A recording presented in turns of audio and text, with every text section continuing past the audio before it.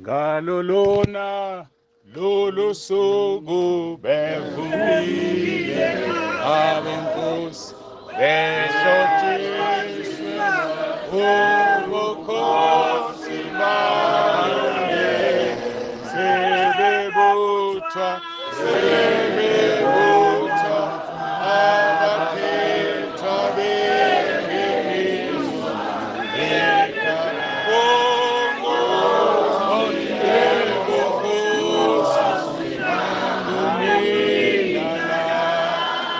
Emawushe umsebenzi zonke ngizangisela angishumayele zona khona kuthi mangibheka sengilizwa igama lakho yebo Nkosi ngangumina. Udumo kuNkulunkulu kweliphezulu nokuthula emhlabeni kubantu abathokozelwa nguye uJesu Kristu inkosi. Angithobeke ngibingelele umphathi wohlelo ubaba uShangase, ngibingelele emndenini wakwaDlomo nomndeni wakwaMthunu, ngibingelele abefundisi bonke abakhona la, ubaba uNtuli ngeke ngibaqedeke kodwa labe nginabo ubaba uGoge, ubaba uKhumalo osuka kwasiza abantu emishini, nabefundisi bonke nje ngokwekhundla zabo, nomama befundisi ngiyanibingelela egameni lenkosi uJesu Kristu. Amen. Ngibingelela obaba bonke, omama, intombi nezinsizwa nabantwana abancane, sengimbingelela umphathi wohlelo. Siyambonga ke kakhulu uNkulunkulu ngethuba akasipha lona ukuba sikwazi ukuthi sihlangane ngalendlela. Angazi subuyile ugesi. Asitule kancane ke mhlambe khona kuzotholakala imic. Yezwa ukuthi ngiyamemeza, ngazi uma ngezwakala yini le emuva. Ngimkhumbula uJesu umhlengi, ngimkhumbula malanga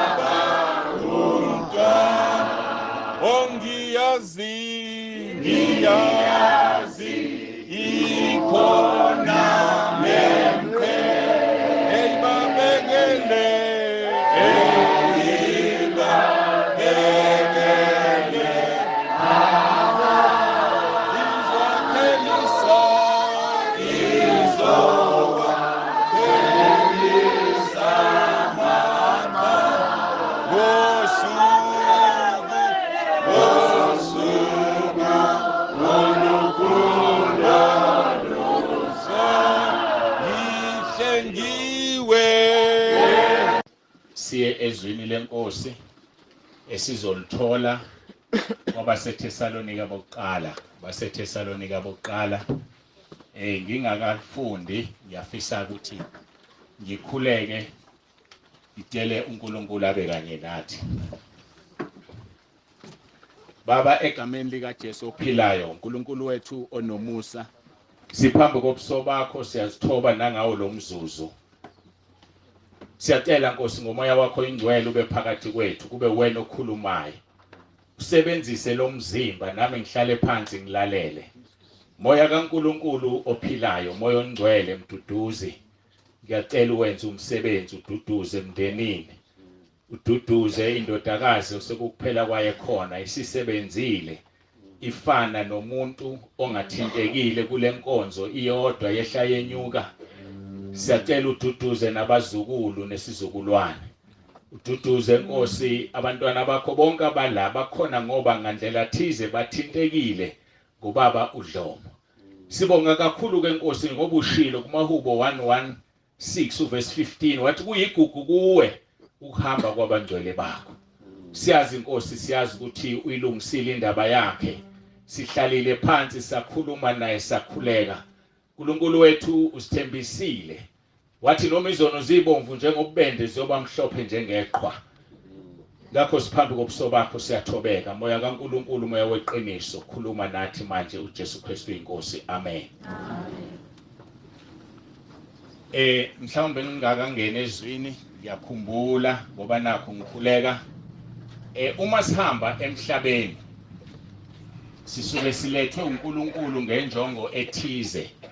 Ilona loyo uma esephindele emuva kuzofanele afike azilande ngalokho akwenzile emhlabeni.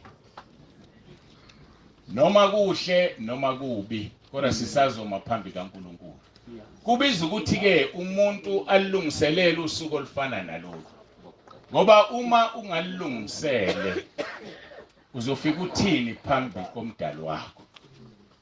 Okusijabulisileke kakhulu ngobaba uDlomo.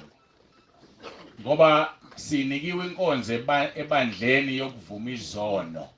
Sihlalile naye phansi wakhuluma, wayineka impilo yakhe sakhuleka. Ngoba izwi lenkosi uIsaiah 59 verse 1 and 2 uthi isandla sikaJehova sifinyeziwe ukusindisa nendlebe yakhe ayinzima ukuzwa. Kodwa uverse 2 wathi ububi bethu obusahlukanisa noNkulunkulu. Namhlanje abazalwana amakholwa ayakhuleka waphendulwa, kanti udonga lwezona ludiliziwe. Ulidilizileke ubaba uDlomo ezinsukwini zakhe zokugcina. Sisho ngesikhulu isibindi ukuthi lihambile iqhawe. Kukhona ukuthi kuthiwe umuntu uhambile uyiqhawe abizwe ngakho konke, kanti mhlawumbe ezulwini akunjalo. Uthi ke uNkulunkulu laphayana kuSamuel wesibili chapter 14 verse 14, ukufa komuntu kunjengamanzi mayesechithe wangena kuqoqwa. Kodwa uNkulunkulu wethu akachithi ukuphila. Wenza sure ukuthi oxoshwe akabe umxoshwa kuyena. Ngakho ke kuyoba kubi uma uzoba umxoshwe emhlabeni bese uba umxoshwa nasezulwini. Kodwa kuhle uma bekuhleka, bekuthuka, basho konke usho njalo uJesu ngenxa yakhe ngoba umvuzo wakhe umkhulu ezulwini. Bengidlula ke nje ke kulawo mazwi. Sizoya ke kwabaseThesalonika bokuqala isahluko sesine. Sizofunda kusuka kuverse 13 sidine kuverse 18. Ngifunda amavesi amaningi ngoba ngifisa ukuthi sikhulume ngawo wonke siwathinte kulesikhashanyana esifushane. Isihloko sakhona sithi ukuvuka kwabafileyo, okungukuthi isihloko sale nkonzo sikhuluma ngokuvuka kwabafileyo. Uverse 13, kepha sithandi bazalwane ukuba ningabi nakwazi ngabalalayo, ukuze ningadabuki njengabanye abangenalo ithemba. Ngokuba uma sikholwa ukuthi uJesu wafa, wavuka, ngokunjalo ke uNkulunkulu uyakubaletha nabaleleyo kuJesu kanye naye. Ukuba lokho sikusho kini ngezwi lenkosi ukuthi thina esisekhona sisasele kuze kube sekufikeni kwenkosi asiyukubandulela nempela baleleyo. Ngokuba inkosi uqobi yakwehle ezulwini ngezwi lenhlokomo ngephimbo lengelosi enkulu nangecilongo likaNkulunkulu, nabafileyo kuKristu bayakuvuka kuqala. Khona thina esisekhona sisasele siyakuhlwithwa kanye nabe emafwini sihlangabeza inkosi emoyeni kanjalo ke siyakuba nayo inkosi njalo. Ngakho ke duduzanani ngalawo mazwi. Wona amazwi ke siduduzana ngawo. Amen. Sizoqala ke sibuka uverse 13 ngokusheshsha nje okukhulu.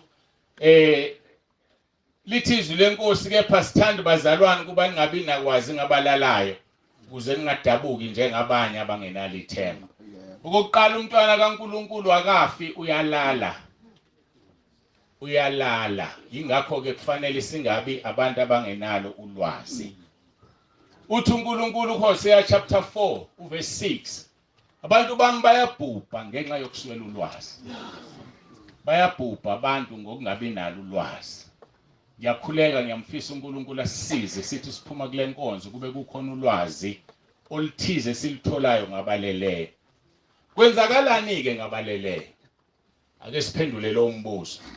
Uyaphenduleka ke ezwini lenkosi uMshumayeli chapter 9 verse 5 and 6 no 10. Ngokuba abaphilayo bayazi ukuthi bayakufa. Njengamanje akekho umuntu la ongazi ukuthi liyeza usuku lwakhe lokulala njengomzimba kaBaba uDlomo. Ayilweza lona usuku. Inkinga esinayo yokuthi angazi ukuthi ubani ophambili. Kodwa sibamba ulayini. Ngenzeka kube yimina, ngenzeka kube uwena. Ukulungele yini ukuye ekhaya na? Lithi ke ngokuba abaphilayo bayazi ukuthi bayakufa, kepha abafileyo abazilutho. Futhi abasena umvuzo ngokuba ukukhunjulwa kwabo sekukhohlakele. Umuntu wasekhaya mhlawumbe washona ngama 2000. Uyaphela nje u6 months ungamkhumbulanga. Ngoba kunjani ukukhunjulwa kwakhe sekukhohlakele. Ngoba akekho umuntu ozokomela othini njengentethe. Lithi izwi lenkosi uMahebheru 9 verse 27 kumiselwe ukuthi abantu bafe kanye emva kwalokho kube ukwahluleka. Hayi kumiselwe. Ngakho ke uthwa ke asebelele abasena umvuzo ngokuba ukukhunjulwa kwabo sekukhohlakele. Uthando lwabo nokuzondwa kwabo nomhawu wabo sekuphelile. Futhi abasena sisabelo nanini kukho konke okwenziwa phansi kwelanga. Kodwa uzothola umuntu egijima enza izinto ethi wenzela umuntu ongasekho. Lithi iBhayibheli akanasabelo sanoma yini enziwa phansi kwelanga. Ngoba kwayena akasazi lutho. Uma ufunda amaHubo 104 qala lapha ku verse 10 lithi izwi lenkosi umuntu unjengembali yotshani eqhakazayo makufika umoya uyayiphephetha lembali ihambe ingabe isayazi indawo yayo. Kusho ukuthini lo? Mawuyifica lapha kwamakhelwane imbali esuka etshanini bala ayisazi ukuthi kade ikuphi. Ngamanye amagama uBaba uDlomo manje njengoba sikhuluma mayingavuka la akasazi sonke.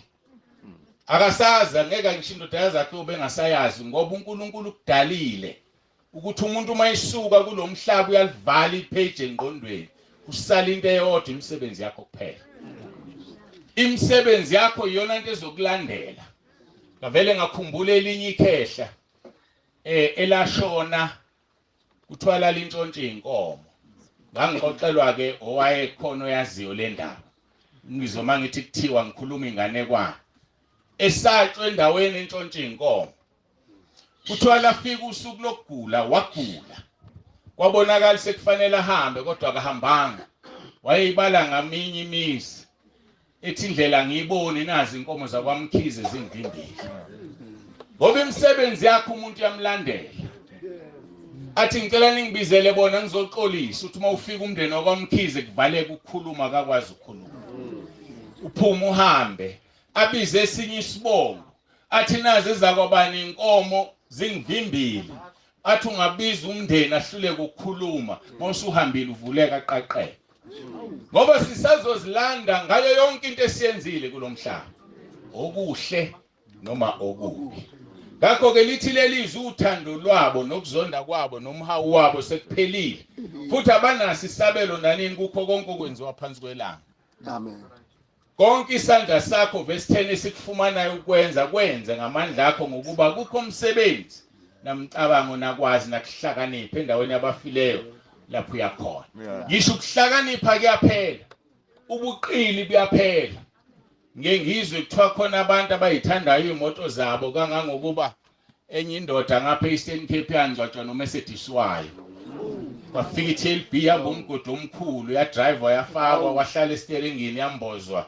Ithi umona ke lo ngoba kuthiwa into ayishiya. Leyo Mercedes yabolela ethuneni enhlabathini ngoba ngeke ahambe nayo. Hayi kuzohamba yena yedwa. Amen. Ungaba yiwele uzalwe nomunye umuntu kodwa uzohamba wedwa. Mawusujabule ezulwini kumnandi obuza wedwa. Ngokunjalo mawususha esihogweni ubuhlungu yobuza wedwa. Ithini ke inkosi uJesu? Ithi balindeni ngoba laba abantu abangazilutho balindile. Ikhona lento abayilindile. Yabona uPetro noPaul. Hayi abekho ezulwini baseparadise balindile. Ya balindile. Ngeke bafike lapha singakafiki nathi. Yikho lelizwi lisho lithi uma sisaphila ibona bayovuka kuqala. Ngemizimba emisha bese thina siguqulwa ngokuphazima kweso. Hayi basalindile. Balindele. Simthola uJesu uyakhuluma ngalento kuJohn chapter 5. Uvele masiqala verse 26 uthi ngokuba njengalokhu uyise enokuphila ngokwakhe kanjalo uyiphile nendodana ibe nokuphila ngokwayo. uJesu unokuphila ngokwakhe ngoba ukunikezwe ubaba wakhe ukuphila. Yikho kuJohn 14 verse 6 ethi ngiyindlela neqiniso nokuphila. Akekho ozoya kubaba ngaphandle kwami. Athi ku verse 27 uyiphila amandla okwahlulela ngokuba iyindodana yomuntu. uJesu uphiwa amandla okwahlulela ngoba uyindodana yomuntu. Kusho ukuthini ukuthi uJesu uyindodana yomuntu? Ngoba wehla uNkulunkulu wezemhlabeni wazalwa umuntu. Uyindodana yomuntu uphiwa amandla okwahlulela. uJesu lithi izwi lenkosi ulingiwe njengathi wanqoba. uJesu yakwazi ukuthi uma umuntu ephethwe yikhanda kusho ukuthini? Ngoba naye uzaliwe wayingane wafaka inabukeni uNkulunkulu wakhula washumayela. Uyazi ukuthi uma ethi umuntu ulambile kusho ukuthini? Yingakho ke indodana yomuntu kodwa khona ayinikeziwe thina esingayinikeziwe. Lithi izwi lenkosi uyiphile uNkulunkulu amandla okwahlulela ngoba indodana yomuntu. Nansi ke into elindiwe verse 28 uthi ningamangali ngalokho ngokuba isikhathi siyeza lapho bonke abasemathuneni beyakulizwa izwi layo. Laba bantu abalele balindizwi lendodana kaNkulunkulu. Bese ethi abenze ukulunga bayophumela ekuvukeni kokuphila. Abenze ukubi amabhetri. Sengithe ukunciphisa ke kancane. Abenze ukulunga baphumele ekuvukeni kokuphila. Abenze okubi ekuvukeni kokulahlwa. So balinde lelizwi lapho bonke abantu abasemathuneni bezovuka. Yilento ke elindiwe nobaba uDlomo njengamanje uselindile. Ngenxa yemisebenzi yakhe ebinconyo bishiwo la emihle kodwa kakhulu ngoba uyihlanzile impilo yakhe wazivuma izono zakhe ulinde nabo Petro nabo Paul.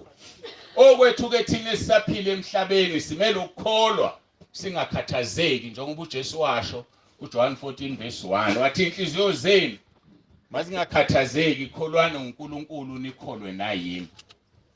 Kunesimanga ke sikhona abantu abafuni ukukholwa uJesu kodwa bakholwa uNkulunkulu. Uzwa besho bonke bethi hayi siyahlangana thina sikhonza uNkulunkulu asikhonze indodana. Abanye uJesu bambize ngomprofeti. Hayi bazalwane yena yedwa indlela neqiniso ozosithatha sise kuyise. Ngeke siye kuyise ngaphandle kwakhe. Uthi kuJesu kholwani nguNkulunkulu nikholwe nayimi. Asiqhubeke seku verse 14 ngingakhuluma udini valo inkonzo ngo verse 13. Uthi verse 14 ngokuba uma sikholwa ukuthi uJesu wafa wavuka ngokunjalo ke uNkulunkulu yakubaletha nabaleleyo kuJesu kanye naye. Kusemqoka ukulala kuJesu kuze uNkulunkulu akulethe kanye noJesu. Ukulala ukuJesu ukufela enkosini. Ngishilo ngikhuleka ngathi amaHubo 116 verse 15 uthi uNkulunkulu kuyigugu kuye ukufa kwabangcwele bakhe. Ungcwele yini wena na? Iyodwa into ezokwenza ukuthi ube ngcwele igazi lendodana yakhe. ngoba uthi umpostoli Paul siyiphunga elimnandi kuNkulunkulu. Uma siyiphunga elimnandi ngoba sigeze ngegazi lika Jesu. Uyubone mawuphuma kokugeza. Akulula kodwa wena thina abanye makade umuntu eyogeza mayibuya unuka insipho ade egeza ngayo nenikunake lokho. Ngakho ke siyiphunga elimnandi kuNkulunkulu Baba ngoba sigeze ngegazi lendodana yakhe uJesu Kristu.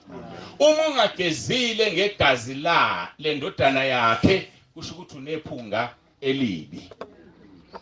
Ngakho ke uma sikholwa ukuthi uNkulunkulu wamvusa uJesu kwabafileyo, salala sikuJesu uNkulunkulu uzosiletha naye. Usiletha kanjani naye? Kolose 3 uverse 3 kuya 4 uthi ngokuba nafa ukuphila kwenu kufihlwe noKristu kuNkulunkulu. Uma ufile maqondana nezwe, ufile maqondana nesono, nezwe lifile kuwe, ukuphila kwakho kufihlwa noKristu kuNkulunkulu. Ngiyazi-ke ukuthi niyavuma aningizwa kahle. Uma ukuphila kufihliwe kusho ukuthi ngamanye amagama umuntu ombonayo ehamba la kusiyena ukuphila kwakhe kufihliwe. Mhlawumbe indlela esingayithaza kangcono uStefane ekhandwa ngamatshe lapha kwiZenzo chapter 7. Uthi uStefane babemgugudela amazinyo ngibona izulu livulekile, indodana kaNkulunkulu imile ngakwesokunene. Wama uJesu njalo ezwini lenkosi kuthiwa uhlezi ngakwesokunene, kodwa mhla kubethela uStefane ngamatshe wasukuma wama. Yini eyenza uJesu ame? Ngoba ukuphila kaStefane kufihlwe noKristu kuNkulunkulu. Ngamanye amagama ngesikhathi bemgugudela amazinyo befuna ukumkhanda ngamatshe, uJesu wathi ubani ofuna ukungishaya ngamatshe emhlabeni wasukuma wama, ngoba uStefane wayenoJesu ehlezi ngakwesokunene. Ngakho ke uma ukholwa ufile maqondana nesona awukho emhlabeni. Kukhona umzimba athi umpostoli Paul, nokuphila engikuphilayo ngikuphila ngenxa yokukholwa indodana kaNkulunkulu. So kukhona ukushintshana, akubi wena ophilayo, kuphila umoya kaNkulunkulu kuwe, wena ukho la. Izinto mazenzeke emhlabeni azikuthinti. Uthola ukuthi umama othize mayishonela ubaba beze bethi abantu umbulele, kanti hayi ngoba embulela akabuza ubuhlungu ufihliwe ngoba ukhonza uNkulunkulu. Yikho lelizwi lithi angithandi kuba ningabi nakwazi ngabalalayo. Kufanele sazi bazalwane ukuthi masikholwa sifihliwe. Izinto ezinje mazenzeka kube ngathi azenzeki, kube ngathi uyaphupha, kanti awuphuphi zenzeka. Lithi ke lelizwi ukuphila komuntu okholwayo kufihliwe kuKristu enkulunkulu. uKristu uhlezi ngakwesokunene. Mayihlezi ngakwesokunene sikaNkulunkulu uhlezi nekholwa, uhlezi nomzalwane. Yikho uJesu ethi kuMathewu chapter 25 mayihlulela abantu, ngangilambile awungiphanga ukudla, ngangomile awungiphuzisanga, bathi inkosi wawukuphi, athi okwenze kwabancane ubukwenza kumina. So umntwana kaNkulunkulu mayiphila usuke ngekho la emhlabeni, usezulwini, kuphila uJesu ngomzimba wakhe. Into yenza kumntwana kaNkulunkulu awuyenzi kuye. Usazothetha icala ngaye athi uJesu wenza ukuthi nokuthi kimi, wangithuka wangihleba. Wawukuphi inkosi ngikuhleba? Abese kuvezela lo muntu athi ngangikuyena. Ngakho ke uthi uverse 4 ke waFilip 3, nxa ebonakalisa uKristu ngokuphila kwethu, khona ke nani niyakubonakaliswa kanye naye ekuphazimuleni. uJesu ke mayisebuye landa ibandla, angithi njengoba esezulwini ngakwesokunene uhlezi namakholwa, ngisho mina ngcwele ngikhuluma ngamakholwa nje, ahleze ezulwini. Mayibuye uJesu elanda ibandla, lithi lelizwi uzobonakaliswa kanye nawo. Kusho ukuthi abazalwane befihlwe kuJesu bazobuya naye bezozilanda bona besemhlabeni. Njengensimbi kayibuthe, insimbi kayibuthe ayibuthi insimbi engenayo uyibuthe. uJesu mayiselanda ibandla ngeke abahlwithe abangafihliwe kuye, ngoba uzobe ezobahlwitha ngabo.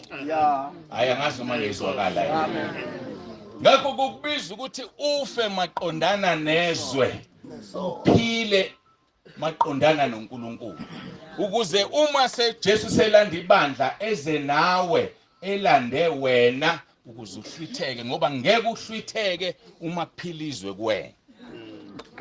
asiqhubeke ke sekuvesi 15 angifuni ukuhlala kakhulu uthi uvesi 15 ngokuba lokho sikusho kini ngezwi lenkosi ukuthi thina sisekhona sasele kuze kube sekufikeni kwenkosi asikubandulela nempela abaleleyo ngokuba inkosi uqobo iyokwehlisa izinto ezintathu number 1 kuthiwa ngezwi lenhlokomo ngephimbo lengilosi enkulu nangecilongo likaNkulunkulu abafileyo kuKristu bayovuka kuqala yilo lelizwi eliyozwakala livusa abafileyo emathuneni khona ke thina sisekhona sasele siyakuhlwithwa kanye nabo emafweni amen sohlithwa kanye nabo kuphi emafweni yini kanti if mawufunda amahubo 104 verse 3 lithi uNkulunkulu wenza amafa abe inqola yakhe la emhlabeni kunezimoto ezidulayo BM noma Mercedes iMercedes yasezulwini yifu uNkulunkulu uhamba ngefu uJesu ngesikhathi ehamba izenzo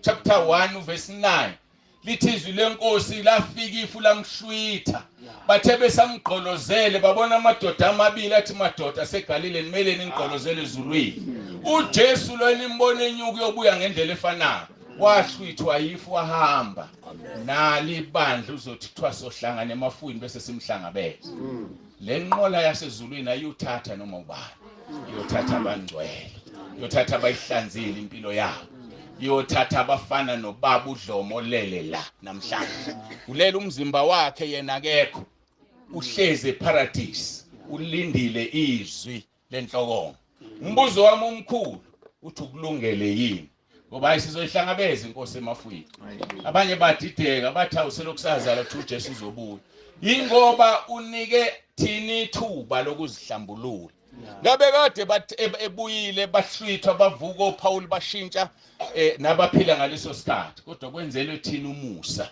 asibazi noma basekhona abanye mhlawumbe ngeke sisafa thina sesiyohlwithwa kanti mhlawumbe sisazofa uhlwithe sekulandela kodwa kumnandi ukuthi masifile safele enkosini sovuka kuqala ngemizimba emisha abaphilayo baguqulwe ngaleso sikhathi lithi izwi lenkosi masiduduzane ngalawo magama uyichaza kangcono ke kwabaseKorinte bokuqala chapter 15 verse 50 athi kepha ngisho lokubazalwana ukuthi inyama negazi akunakulidla ifa elingumbuso kaNkuluNkulu nokubola alinakulidla ifa elingaboli njengamanje sihlezi la sibuka izihlalo zibhaliwe icebo lethu indawo yomzimba kababa uDlomo negazi lakhe indawo yakhona isecebo lethu elizomthatha lombeka endlini yakhe yokugcina umphefumulo wakho wena unayo yini indawo ikuphi indawo yomphefumulo wakho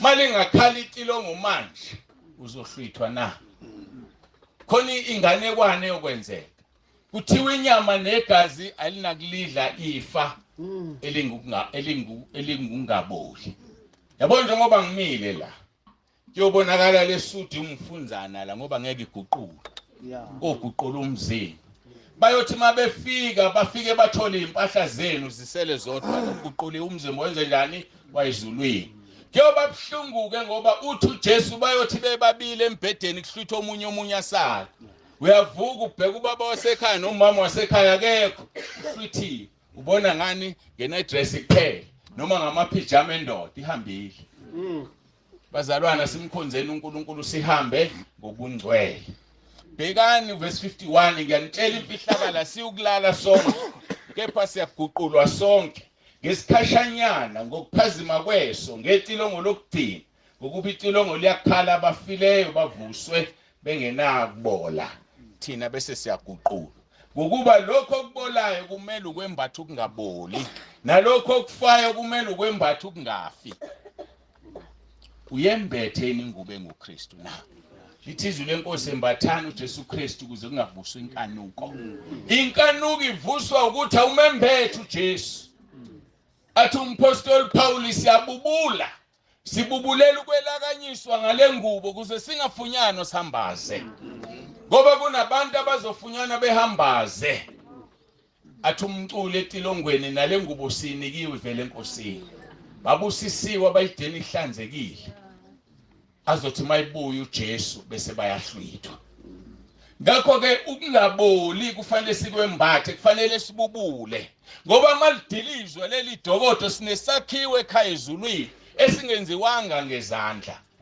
lesi sakhiwo sakhelwe uNkulunkulu ingakho kufanele umuntu nomuntu abubule isikhathi sokububula siyafika wadina nini ukububula wadina nini kuye khoneni lakho uJesu lithi izwi lenkosi njalo mayiqeda ukushumayela wayiye entabeni ayokhuleka wena wadina nini ukukhuleka wadina nini ukufuna ubuso bukaNkulunkulu mfuna uNkulunkulu esenokuthola umbizo eseseduze ngoba luyeza usuku lapho uzomfuna ungena kumthola abasesihogweni kuthiwa bayacela bacela just a minute 60 seconds ilani leli minute lokuzovuma uJesu emhlabeni bakhohliwe ukuthi imizimba yabo ibolile bazovukelaphi bazovuma uJesu wena ke uyazi ukuthi uzokufa nxa ke lokho kubolileyo sekwembethe ukungaboli nalokho okufayo sekwembethe ukungafi kuzakugcwalisekizwe lilotshiwe lithi ukufa kugingiwe kwaba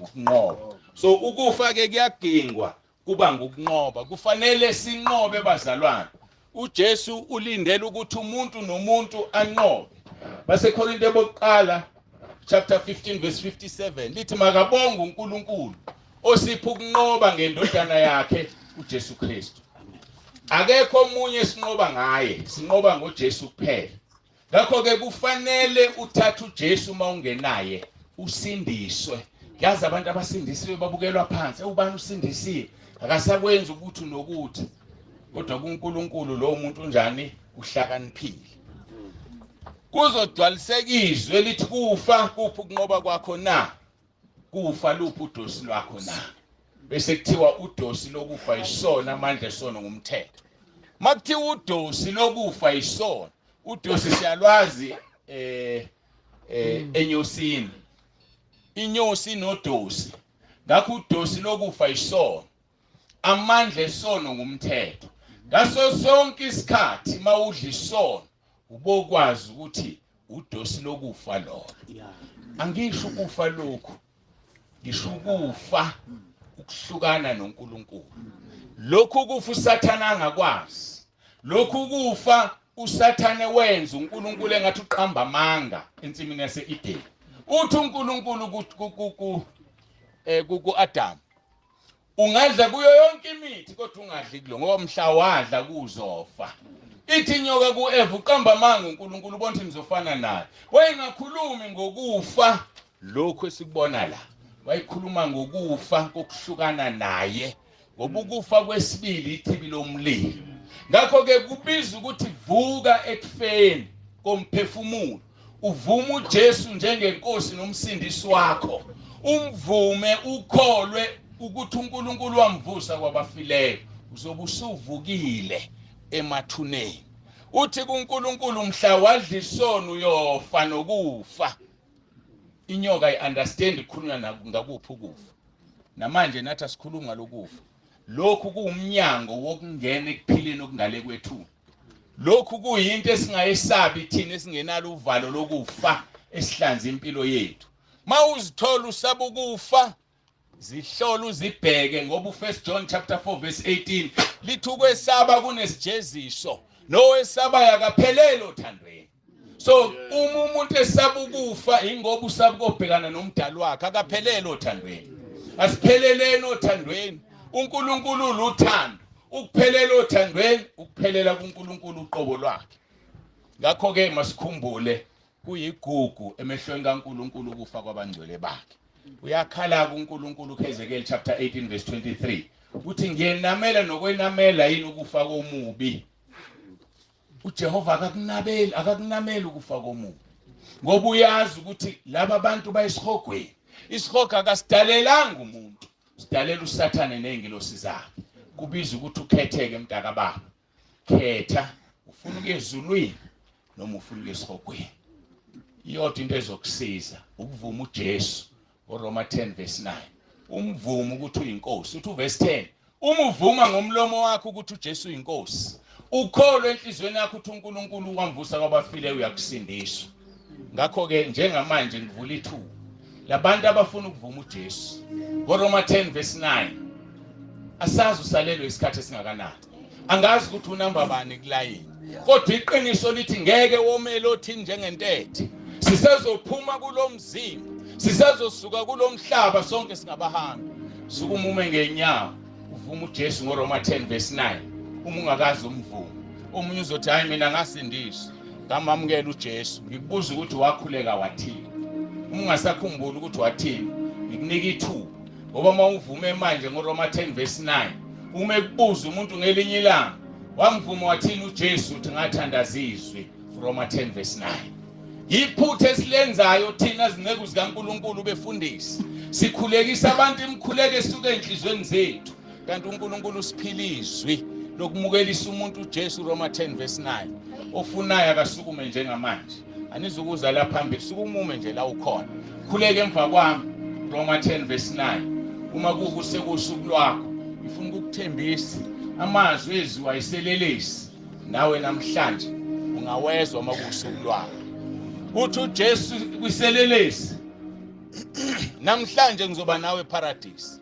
Abantu babili emhlabeni, khona abadalelwe izulu ngokuthi umuntu avuma uJesu uphuma umphefumulo njengeselelesi. Awukho umqhele ezulwini kodwa ingube emhlophe ikhona, ngoba kazange anqobe lutho ingqhele abantu abanqobile, bese kuba khona abantu okufanele bayiphile insindiso.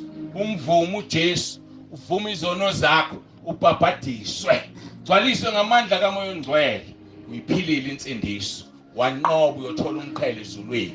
Asazi ukuthi wena wabelwe ini. Sizokhuleka manje, ngicela usukume ushemva kwami, bese ngicela ukuchazela abangeze usukuma.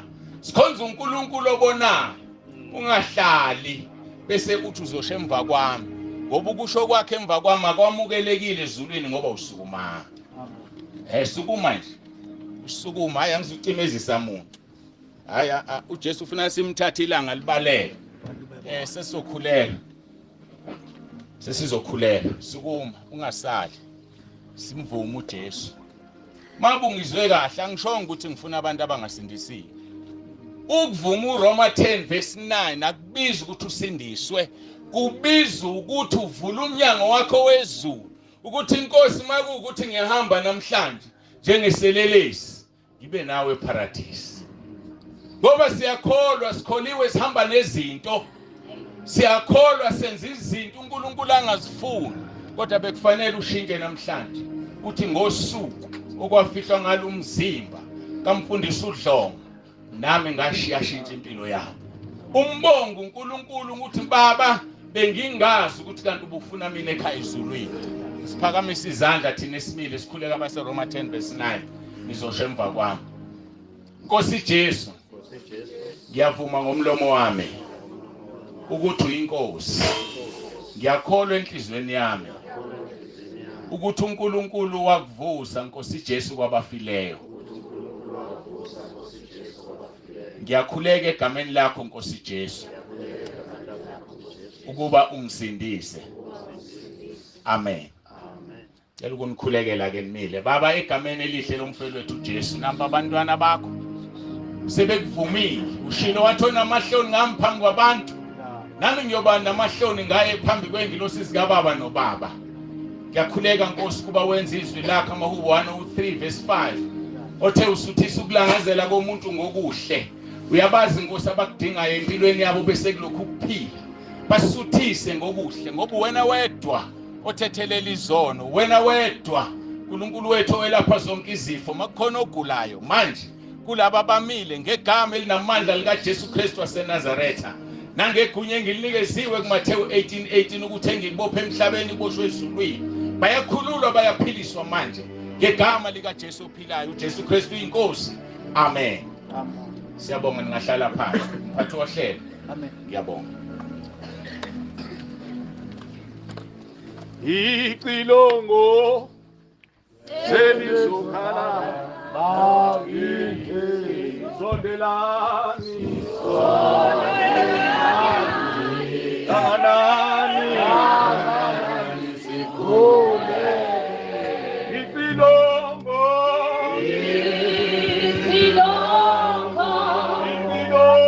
selizokhala bakithi,